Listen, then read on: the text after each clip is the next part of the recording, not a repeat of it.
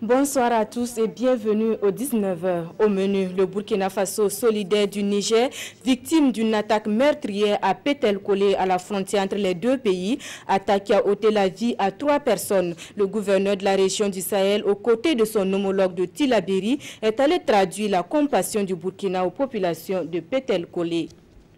Et puis vers une formation plus professionnalisante, l'université Ouaga 1, professeur Joseph Kizerbo, est engagé. En plus de l'ouverture et du développement de filières de formation professionnelle, elle offre aux meilleurs étudiants en fin de formation des rudiments en entrepreneuriat. La 7e promotion a fait sa rentrée le 23 mai dernier. Ravi de vous retrouver.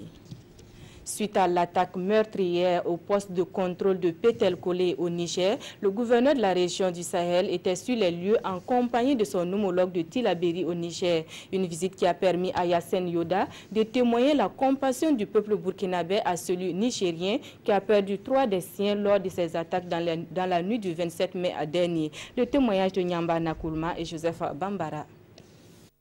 Le gouverneur de la région du Sahel, aux côtés de son homologue de Tillabéri au Niger. Ils sont ici au poste de contrôle de Pételkolé en territoire nigérien.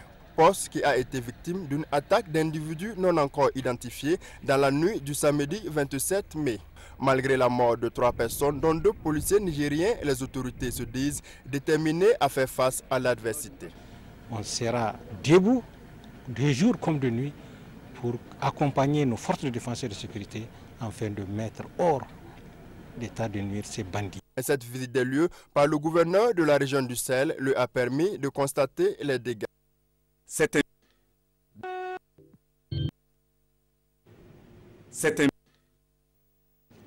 Alors, toutes nos excuses pour ces quelques problèmes techniques. Nous allons tenter de reprendre le cours de ce journal avec l'UPC qui donne sa lecture de la situation autour de la construction du centre hospitalier universitaire de Bobo-Dioulasso. Pour le groupe municipal de l'UPC, il faut privilégier l'intérêt général. Il a organisé plutôt une conférence de presse pour donner sa lecture de la situation. Le compte rendu de la conférence avec Hassan Gourabou et Karim Sissi. Face aux divergences sur le choix du site devant abriter le nouveau centre hospitalier universitaire de Bobo-Dioulasso, le groupe municipal de l'UPC, Union pour le progrès et le changement de Bobo-Dioulasso, apporte sa lecture. Les tergiversations qui sont en train de se faire autour de ce choix-là, nous pensons que les régimes actuels, soit ils n'ont pas les moyens pour réaliser cet hôpital, soit ils sont en train de divertir la population autour de la question. Pour le moment, Seydou Mohamed Kone et ses camarades disent ignorer les raisons de la suspension du premier site retenu pour la construction de cette infrastructure. C'est le secteur 33 qui avait été retenu. Et le 11 avril 2017, le ministre, par une lettre adressée au maire, a suspendu le processus en cours. Nous, on n'a pas d'explication, mais dans notre déclaration, nous avons demandé que le ministre qui a suspendu le processus en cours là, qui nous donne des explications pour qu'on puisse comprendre pourquoi il a décidé de suspendre le choix unique des sites sur l'arrondissement 4, secteur 33. Voilà, qui nous donne des explications claires là-dessus. Les conférenciers du jour souhaiteraient que le gouvernement prenne des mesures idoines pour la réalisation de ce projet. Un projet qui, selon eux, va soulager un tant soit peu la population de la ville de Sia. Réduire la présence des enfants sur les sites d'orpaillage et combattre l'utilisation des produits nocifs pour l'homme et l'environnement, c'est entre autres les missions assignées au nouveau bureau communal du syndicat national des orpailleurs artisanaux et traditionnels de Solane dans la province du Yaga. Un bureau de 19 membres qui devrait également être un pont entre les syndicats et les services techniques de l'administration publique. Sur la présentation du bureau et ses missions, le reportage de Ama Faisal Sissé et Bernard Diasso.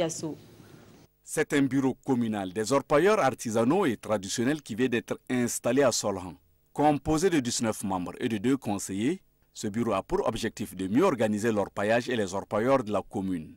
Il envisage à cet effet minimiser la présence des enfants sur les sites et combattre l'utilisation des produits chimiques. Nous voyons que depuis que ces sites sont exploités depuis octobre 2015, l'État ne bénéficie de rien, les communes ne bénéficient de rien. Donc nous allons mener une activité qui puisse rapporter d'abord aux communes et voir de quelle façon l'État aussi pourra bénéficier des retombées de ces sites aurifères. Face à l'ampleur de l'orpaillage, entraînant souvent des conflits, ce bureau va très prochainement bénéficier d'une formation sur la gestion de ces conflits et sur les rapports services techniques orpailleurs et administration. Je tiens vraiment à saluer le bureau régional. Je pense qu'il y a un certain nombre d'actions qu'ils ont posées. Ils ont signé un protocole d'accord avec le service de l'environnement de Tankou. Dans le cadre d'un reboisement, le montant s'élève à plus de 3 millions de francs CFA. Depuis 2008, date de création du syndicat national des orpailleurs artisanaux et traditionnels du Burkina, ce syndicat ne ménage aucun effort pour des jours meilleurs de l'orpaillage dans toute la province du Yaga. Je le disais en titre, l'université Ouaga, un professeur Joseph Kizerbo, de plus en plus engagé vers une formation professionnalisante, un engagement qui se traduit par l'ouverture et le développement de filières y afférents. À cela s'ajoute la formation des meilleurs étudiants en fin de formation en entrepreneuriat. La 7e promotion vient d'effectuer sa rentrée. Plus de précisions dans ce reportage signé Nongba Kouda et Zoubaviel David Dabiri. Ce sont là les étudiants retenus cette année pour la formation professionnelle en entrepreneuriat à l'université Ouaga 1, Joseph Kizerbo. Au nombre de 30, cette 7e promotion prendra part à une formation sur l'entrepreneuriat. Formation qui va durer 3 mois et dont le but est de réduire le taux de chômage des jeunes diplômés. C'est outiller nos étudiants et avoir un esprit de création d'entreprise et leur donner tous les outils nécessaires pour monter leur projet de création d'entreprise et espérer que dans un avenir très proche, qu'on ait des entrepreneurs. Alors nos attentes pour cette formation est qu'à la fin de cette formation, et tous ceux qui ont été retenus puissent voir leurs rêves se réaliser, c'est-à-dire de pouvoir créer leur propre entreprise. À l'issue de la formation, les étudiants porteurs de projets de création d'entreprise pourront bénéficier d'un appui financier. L'université de Ouaga dispose d'un incubateur équipé pour accompagner les étudiants, les diplômés à monter leur projet de création d'entreprise, la recherche de financement et puis la création de ces entreprises-là. La formation est prévue pour se dérouler en 2 phases.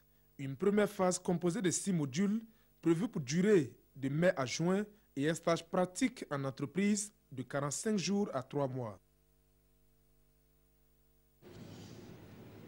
La société minière Santamine implantée dans le Noubiel laisse parler son cœur en faveur des élèves du village de Donafara. Elle leur a distribué une centaine de lampes solaires, un geste qui intervient à quelques jours du CEP et qui va sans doute améliorer les conditions d'études des candidats Alassane Bani et Issa Kanana. Des lampes solaires au profit des élèves de l'école primaire publique de Donafara, un village de la commune rurale de Boussoukoula dans le Noubiel. Le geste est de la société d'exploration minière Santamine qui entend par ses dons améliorer la qualité de l'éducation dans cette partie du Burkina. Les résultats au niveau de l'école dépendent aussi de la disponibilité des élèves à apprendre les leçons. Alors l'apprentissage, ça ne peut se faire que la nuit. Et généralement la nuit, si vous n'avez pas de lumière aussi, vous ne pouvez pas apprendre vos leçons. Voilà, donc nous on a essayé de combler ce vide-là en apportant des lampes solaires à ces élèves-là pour leur permettre en tout cas d'apprendre les leçons et pourquoi pas de devenir les élites de demain au Burkina Faso. Un don qui vient à point nommé selon le directeur de l'établissement, car ces lampes devraient permettre aux élèves d'accentuer les études à quelques jours du CEP. Je me dis qu'avec ces lampes, les enfants vont apprendre les leçons et ça va mieux marcher. Voilà, le CMD a déjà l'examen à quelques semaines. Bon, une semaine, je peux dire que les quelques 2 jours qui vont apprendre les leçons, je me dis que beaucoup vont rentrer. Et je suis très très content. La joie me dépasse, je ne sais pas qu'est-ce que je vais dire. Cette remise de lampes vient augmenter la liste des œuvres de Santamine à l'école primaire de Donafara. L'établissement avait auparavant bénéficié de hangars améliorés en remplacement de ses classes sous paillotes. C'est bientôt les vacances et Fitini Show reprendra de service les semaines à venir. En attendant, les organisateurs sous la houlette de l'association Denis Deme réfléchissent à la dynamisation de l'événement culturel qui draine chaque année des milliers d'enfants du Burkina et hors du Burkina. L'atelier de réflexion a été suivi pour nous par Hassan Gourabou, Sriki Milogo avec la voix de Moussa Sanon. Fitini Show, 17 ans que ça dure. Aujourd'hui, les promoteurs de cette manifestation culturelle des enfants pendant les vacances marquent une halte pour faire le bilan du chemin parcouru. 17 ans après Fitini Show, on peut être satisfait parce qu'on peut dire qu'aujourd'hui Fitini Show est devenu la plus grosse activité des vacances pour les enfants au Burkina Faso. On peut dire que quand même ça a créé beaucoup d'engouement à travers les participations parce que Fitini Show c'est environ 30 000 entrées par an et c'est environ aussi 8 millions de téléspectateurs à travers la TV et les autres chaînes qui sont sur le canal. 17 années après la première édition, les promoteurs de Fitini Show veulent donner à la manifestation toute sa grandeur. Il était important de faire une halte avec les différents acteurs pour voir quelle orientation donner à Fitini Show, quelle vision donner à Fitini Show pour que nous soyons en phase d'abord avec les attentes des populations, mais aussi avec les attentes de ceux qui participent à Fitini Show, c'est-à-dire les encadreurs, les enfants et tous ceux qui apportent ce spectacle-là à Fitini Show. Donc il faut que nous soyons à même aujourd'hui de produire des spectacles de qualité qui soient vraiment à un niveau acceptable, à un niveau sans reproche. D'où cet atelier qui réunit l'ensemble des acteurs autour de la question quelle réponse adaptée et appropriée au renouveau de Fitini Show, une manifestation qui se veut un cadre de découverte des talents et un espace de sensibilisation sur des thématiques liées à la promotion et à la protection des tout-petits. Fin de cette édition, merci à vous qui l'avez suivi. Prochain rendez-vous de l'actualité, c'est à 20h et ce sera en compagnie de Wendata Lantari à Kaori à demain.